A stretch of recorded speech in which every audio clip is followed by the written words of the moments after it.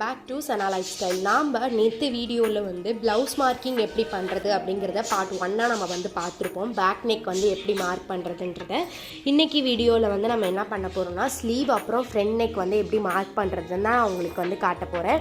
So இப்போ வந்து சிம்பிளாக நம்ம வந்து சொல்லணும் அப்படின்னா பேக் நெக் மார்க் பண்ணியிருக்கிறதுக்கு ஆப்போசிட் சைடு தான் நீங்கள் என்ன பண்ணுவீங்கன்னா ஸ்லீவ் போர்ஷனுக்கு வந்து எடுத்துப்பீங்க.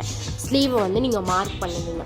ஸோ இதுக்கு வந்து நம்ம என்ன பண்ணோம், பேக் நெக் வந்து பண்ணுறதுக்கு நம்ம என்ன பண்ணோம், துணியை வந்து ரெண்டாக மடித்தோம் இல்லையா, அதே மாதிரி ஸ்லீவுக்கு வந்து துணியை வந்து நாலாக மடிக்கணும். ஸோ அது நான் எப்படி பண்ணுன்றதை பண்ணி காட்டுறேன். இது வந்து கரெக்ட் சைடு, இது வந்து ராங் சைடு கிடையாது, ரைட் சைடு நீங்கள் போட்டால் மட்டும்தான் உங்களுக்கு எங்கே டிசைன் போடணுன்றது தெரியும். ஸோ இப்போ வந்து நான் ஸ்லீவ்க்கு என்ன பண்ணியிருக்கேன்னா இதே ஆப்போசிட் சைடு, அதாவது ப்ளவுஸோட ஆப்போசிட் சைடு வந்து நான் வந்து எடுத்துக்கிறேன். ஓகேவா? சேம் நம்ம இப்போ வந்து எப்படி நம்ம வந்து பேக் நெக்குக்கு வந்து ஃபோல்டிங்ஸ் பண்ணமோ அதே மாதிரி இப்போ நான் வந்து ஃபோல்டிங்ஸ் பண்ணி எடுத்துக்கிறேன். இப்போ வந்து பார்த்திங்கன்னா நான் வந்து ரெண்டாக ஃபோல்டு பண்ணி எடுத்துக்கிட்டேன். அதாவது அங்கே பாருங்கள், நம்ம எப்படி ப்ளவுஸ்க்கு வந்து மார்க் பண்ணி எடுத்தோமோ ஸோ பேக் நெக்குக்கு எப்படி எடுத்தோமோ அதே மாதிரி இங்கே நான் எடுத்துக்கிறேன். ஸோ எடுத்துகிட்டு திருப்பி என்ன பண்ணுவீங்கன்னா இதே இடத்துல இன்னொரு ஃபோல்டு, ஏன்னா நமக்கு வந்து 2 ஸ்லீவ் தேவை. ஓகேவா? ஒரு பேக் போதும் நமக்கு, ஆனால் 2 ஸ்லீவ் தேவை இல்லையா? ஸோ அதுக்காக இதே மாதிரி இன்னொரு மடிப்பு நீங்கள் மடிச்சிடுங்க.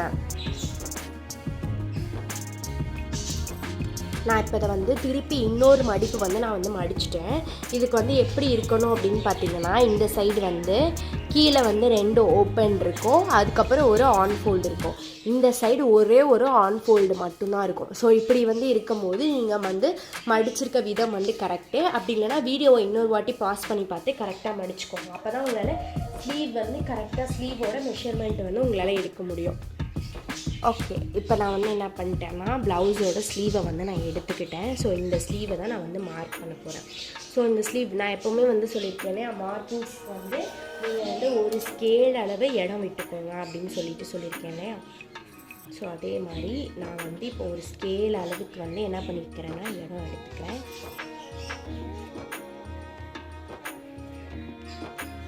ஒரு ஸ்கேல் அளவுக்கு வந்து இடம் வந்து எடுத்தாச்சு. எடுத்துகிட்டு இப்போது இந்த ஸ்லீவ் கை வந்து நம்மளோட கை வந்து வெளியே வரும் இல்லையா? ஸோ அந்த இடத்த வந்து இப்படி ப்ளேஸ் பண்ணி வச்சுக்கோங்க. ஸோ இப்படி ப்ளேஸ் பண்ணி நீங்கள் வந்து வைக்கும்போது இந்த கை வந்து எப்படி வரும் அப்படின்னு பார்த்தீங்கன்னா தப்பாக வரும். ஓகேவா? இது வந்து இப்படி நீங்கள் ப்ளேஸ் பண்ணி வைக்கும்போது இது வந்து எங்கிட்டு வந்தாலும் பரவாயில்லன்னு வைக்கக்கூடாது. ஸோ இந்த கை உங்களுக்கு முடியுது இல்லையா, கை இந்த ஷோல்டர் இருக்கிற பக்கம் நான் ஜஸ்ட்டு மார்க்கிங் தான் பண்ணி காமிக்க போகிறேன். நான் ஆரி ஒர்க் போடாதனால நான் அந்த ஸ்லீவை வந்து எடுத்துக்கிட்டேன், இன்னொரு ஸ்லீவ் வந்து நான் எடுத்துக்கிட்டேன். நான் உங்களுக்கு எப்படி மார்க்கிங் பண்ணுறதா பண்ணி காமிக்க போகிறேன். நான் ஆரி ஒர்க் போட போகிறது கிடையாது இப்போது. ஸோ அதில் வந்து என்னென்னா பப் ஸ்லீவ் வந்து வச்சுருக்காங்க. ஸோ அதனால பப் ஸ்லீவ் வந்து வச்சுருக்கனால எனக்கு 2 ஷோல்டரும் வந்து ஈவனாக வர மாட்டேங்குது. ஸோ அதனால் ஈவனாக வைக்கலாம், பட் அது வந்து டைம் எடுக்கும் ஈவனாக வைக்கிறதுக்கு. நான் அதனால் ஜஸ்ட் மார்க்கிங்காக தானே அப்படின்னு சொல்லி நான் இதை எடுத்து வச்சுருக்கேன். ஸோ நம்ம ஸ்லீவ் வந்து மார்க் பண்ணும்போது நம்ம 4 மடித்ததுக்கப்புறம் நான் எப்பொழுது சொல்ல மாதிரி இந்த ஃபோல்டிங்ஸ் பார்த்துட்டு இந்த ஒத்த ஃபோல்டிங்ஸ் இருக்கு இல்லையா, ஸோ அந்த சைடு வந்து நீங்கள் கை போட்டு வெளியில் வரீங்க இல்லையா, அந்த இடத்த கீழே ப்ளேஸ் பண்ணிவிட்டு மேலே வந்து இந்த ஷோல்டர் வந்து உங்களுக்கு இந்த இடத்த பார்த்து இருக்கணும். ஷோல்டர் முடிகிற இடம், அதாவது ஆர்ம் ஹோல் வந்து கரெக்டாக அந்த 3 இடத்தையும், அதாவது கீழே இருக்கிறது மேலே ஷோல்டர், இது வந்து நீங்கள் கரெக்டாக பார்த்ததுக்கப்புறம் ஸோ இப்போ வந்து நீங்கள் என்ன பண்ணால் மார்க்கிங்ஸு இங்கே வந்து ஒரு லைன், அதாவது இந்த கையோட லைன், இந்த ஆர்ம் ஹோல் வந்து இருக்கு இல்லையா, இந்த ஆர்ம் ஹோல் கிட்ட ஒரு லைன், நான் சொன்ன மாதிரி ப்ளஸ் போடுவீங்க இல்லையா, ஸோ அந்த மாதிரி ப்ளஸ் போட்டிங்கன்னா தான் இந்த முக்கு தான் வந்து உங்களோட ஆர்ம் ஹோல் லைன் அப்படின்றது தெரியணுன்றதுக்காக. ஸோ அதுக்கப்புறம் வந்து என்ன அப்படின்னு பார்த்தீங்கன்னா மேலே இருக்கு இல்லையா, மேலே இருக்கிற ஸ்லீவ் லைனில் மேலே அந்த ஸ்லீவ் இருக்கு இல்லையா, ஸோ அந்த லைனில் ஒன்று நம்ம வந்து போட்டுக்கணும். சரியா? போட்டுட்டு இப்போ வந்து என்ன பண்ணிவிடுங்க, அப்படியே வந்து ஃபோல்டு பண்ணிட்டிங்கன்னா இவ்வளோ தான் ஸ்லீவு. நம்ம இப்போ போடுறது ஆன் ஃபோல்டில் போடுற ஸ்லீவு. ஓகேவா? ஸோ ஆன் ஃபோல்டில் போடுற ஸ்லீவுன்றனால இப்படி நான் வந்து மார்க்கிங் பண்ணியிருக்கேன். இப்போ நான் வந்து மார்க் பண்ணிவிட்டு ஸோ இந்த இடத்த வந்து ஃபர்ஸ்ட் நான் டாட்டட் லைன்ஸாக போட்டுக்கிறேன்.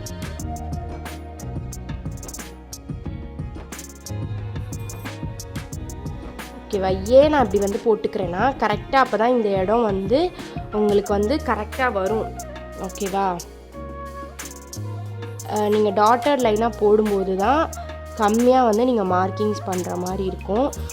ரொம்ப பட்டையாக போட்டு நம்ம தீட்டணும் அப்படின்னா நல்லா இருக்காது. ஓகேவா? ஸோ இப்போ நீங்கள் வந்து மார்க்கிங்ஸ் பண்ணிவிட்டு இப்போ வந்து நீங்கள் பண்ண மார்க்கிங்கை கரெக்டாக நீங்கள் பண்ணியிருப்பீங்க இல்லையா, ஸோ அந்த மார்க்கிங்கை கரெக்டாக ஷேப் பண்ணிக்கோங்க. இப்போ வந்து பார்த்திங்கன்னா நான் வந்து ஸ்லீவை வந்து மார்க் பண்ணி எடுத்துட்டேன். ஸோ இப்போ வந்து இது வந்து ஆன் ஃபோல்டில் போட்டிருக்க ஸ்லீவு, பாதி ஸ்லீவு. இப்போ நான் வந்து இதை வந்து ஒரு ஸ்லீவாக ஆக்கணும். அப்போ நான் என்ன பண்ணுவேன் அப்படின்னா, சேம் ஃபுல்லாக கிளாத்தை வந்து விரிச்சிட்டு ஓகேவா, விரிச்சிட்டு இப்போ நான் பாதி கை தான் போட்டிருக்கேன். ஸோ எனக்கு இந்த சைடு கை வர்றதுக்கு சேம் நான் வந்து என்ன பண்ணுறேன்னா, ஸ்கேல் இருக்கு இல்லையா, ஸ்கேலை வந்து வச்சுட்டு இந்த இடத்துல அப்படியே நான் ஸ்ட்ரைட்டாக ஸ்கேல் வச்சுட்டு ஃபோல்டு பண்ணி சேம் அதே மாதிரி ட்ரேஸ் எடுத்துக்க போகிறேன். இப்போ வந்து நான் சேம் அதே மாதிரி ஸ்லீவ் வந்து ஃபுல்லாக வந்து நான் மார்க் பண்ணி எடுத்துக்கிட்டேன். ஸோ நீங்கள் ஸ்லீவ் வந்து ஃபுல்லாக மார்க் பண்ணும்போது எந்த இடமுமே ஷார்ப்பாக இருக்கக்கூடாது, கர்வாக இருந்தால் தான் உங்களுக்கு வந்து ஸ்லீவ் வந்து எந்த ஒரு ப்ராப்ளமுமே இல்லாமல் வரும். ஸோ வந்து நான் இப்போ வந்து ஃபுல்லாக ஸ்லீவ் வந்து மார்க் பண்ணிட்டேன். ஸோ சேம் இதே மாதிரி பண்ணணும், இன்னொரு ஸ்லீவ் வந்து எனக்கு வேணும் இல்லையா, ஸோ அதுக்கு வந்து நான் என்ன பண்ணிக்கிறேன்னா, சேம் நான் முன்னாடி எடுத்த மாதிரி பாதியாக மடிச்சுட்டு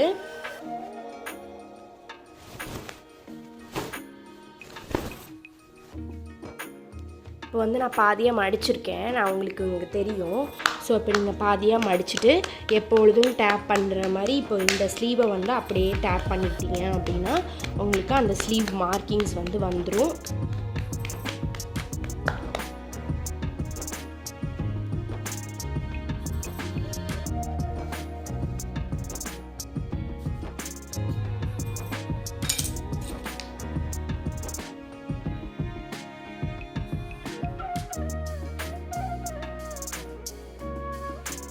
இப்போ வந்து எனக்கு ஸ்லீவ் மார்க்கிங்ஸ் வந்து நான் கிடச்சிருச்சு. இது அப்படியே நான் மார்க் பண்ணி எடுத்துக்கிறேன்.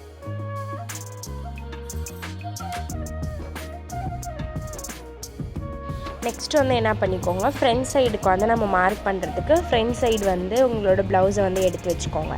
ஸோ ஃப்ரண்ட் சைடு வந்து எல்லாமே கரெக்டாக வந்து மார்க் பண்ணிவிட்டு, ஸோ இதுலேயுமே நம்ம 2 மார்க்கிங்ஸ் தான் பண்ணுவோம். ஸோ ஒன்று வந்து கீழே பட்டன் வச்சுருக்கிறதுக்கு கீழே அந்த இது பண்ணியிருப்பீங்களே அதுக்கு கீழே, அதோட மேலே திருப்பி வந்து ஆர்ம் ஹோலு மேலே ஷோல்டர்ஸ் ரெண்டுத்தையும் நீங்கள் வந்து மார்க் பண்ணிக்கணும்.